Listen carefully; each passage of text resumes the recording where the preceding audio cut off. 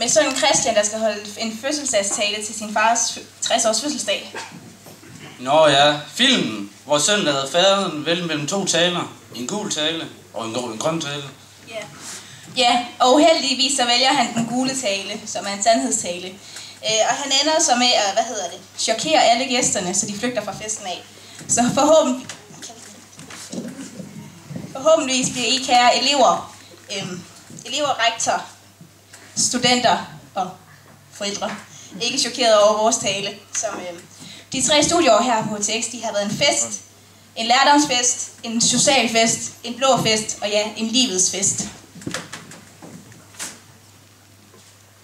Prøv at tage et øjeblik og kigge på hinanden og se, hvor langt vi elever er kommet. Vi kan endelig ånde lettet op, for vi klarede det. Vi kan endelig kalde os studenter, for hunden sidder godt og slidt på hovedet. Hvis vi spoler tiden 3 år tilbage, så det helt meget anderledes ud. Vi husker tydeligt den dag, det hele begyndte, den 15. august 2012, hvor alle startede på skolen som små, forskræmte førsteårs, uden nogen som helst idé om, hvor vi var på vej hen. Vi skulle nu starte på et nyt kapitel. 4 årene var forbi, og nu begyndte gymnasietiden for os alle.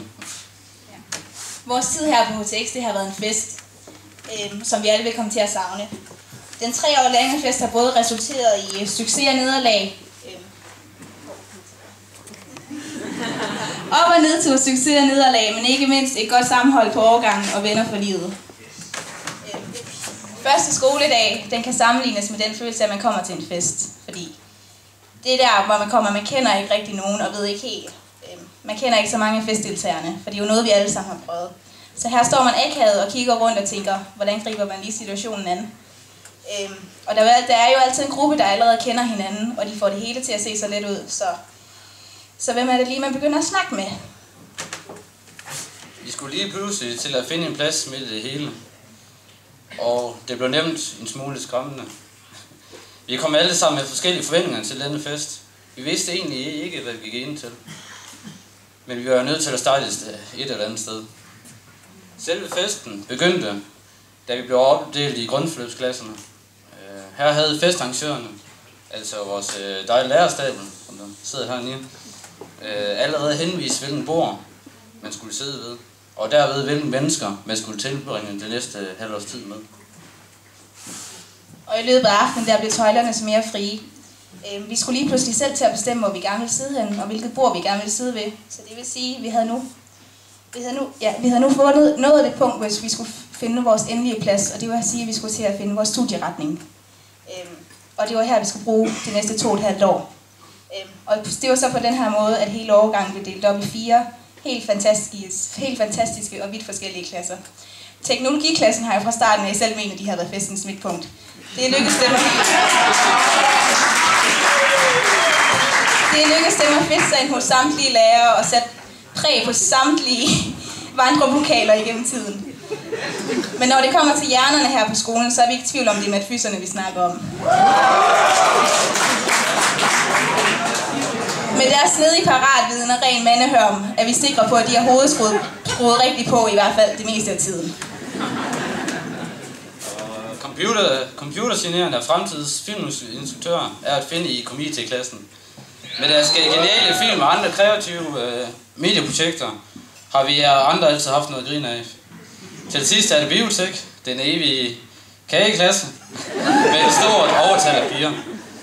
Der er ingen tvivl om, at biotekerne er lærernes kaldække, og lærerne nyder godt af deres kære. Men på trods af alle vores forskelligheder, har vi dog formået én ting. At skabe et godt sammenhold på tværs af klasserne. En ting, der har været med til at forstærke dette, har været de årlige skiture til de østjyske alper. Skituren har altid været årets festlige højdepunkt, og har været med til at skabe både pinlige historier, en masse tømmemænd, og ikke mindst en masse mænd, som vi sent vil glemme, både for lærere og elever. Ja, det var så lidt om festdeltagerne. Men vi ved jo alle sammen, at der hører mere til en fest, end bare det også, nemlig festmaden af menukortet. Her på HTX-skærmen har vi trods for regeringens økonomiske indstramninger fra uddannelsessektoren fået en sand luksusmenu. lærerne har altid sørget for at få både bordplan og spisekort. Men vi fik dog hurtigt at lære, at vi selv skulle sørge for, at vi selv havde ansvaret for at tage os af de mange spændende kulinariske lærdomsretter. Ingen af os spiste nogle gange for meget og for hurtigt og måtte tage hjem, fordi vi trængte til en afslapning og hvile. Ja, til en pause i festen. Andre spiste for lidt og måtte tilbage efter en ekstra nærende portion dagen eller året efter. Nogle af os glemte i undertiden helt at møde op, eller kom for sent og måtte konstatere, at retterne var taget af bordet, så vi måtte selv i gang med køkkenarbejdet derhjemme. Så tak for festen, tak for det veldækkede bord, og tak for det fine menukort. Ja, kort sagt, tak for den varme og lærerige forplejning, vi altid har modtaget herude. Og alt det her, de kunne jo ikke være muligt uden vores dejlige lærerstab, altså festarrangørerne, og så selvfølgelig Johns gavmilde pengepung. Der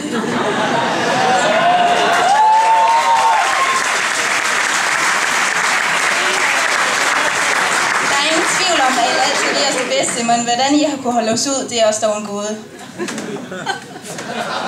Vi har ikke altid været den letteste flok unge mørke mennesker at have med at gøre. I har både skulle lægge øre til vores fulde snakke, brok og frustrationer. Dog har I altid været behjælpelige og udvist stor tålmodighed. I har givet os et boost, når det har været nødvendigt, og I har holdt gang i den 3-årige lange fest. I har guidet os den rigtige vej, og også sørget for, at vi er kommet levende igennem den her 3-årige lange fest, uden de store indlæringsbaserede tømmermænd. Og alle vores fine studenter er resultatet af vores hårde slid og slæb.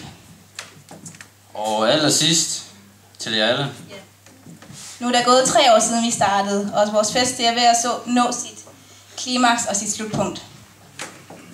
Tak fordi I alle er her endnu og ikke er flygtet bort, selvom denne blå tale jo faktisk endte med at blive både en takketale og en sandhedstale om 3 uforglemmelige, festlige og fantastiske år på Gymnasiebiblioteksk Skjern. Så kære studenter, i aften det er ikke farvel, men det er et par gensyn.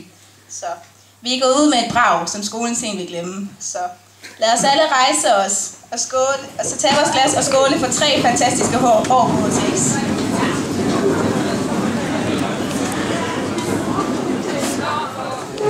Vi klarede det. Vi er studenter. Skål! Skål! Vi skåler med vores venner. Skål! Skål! Skål!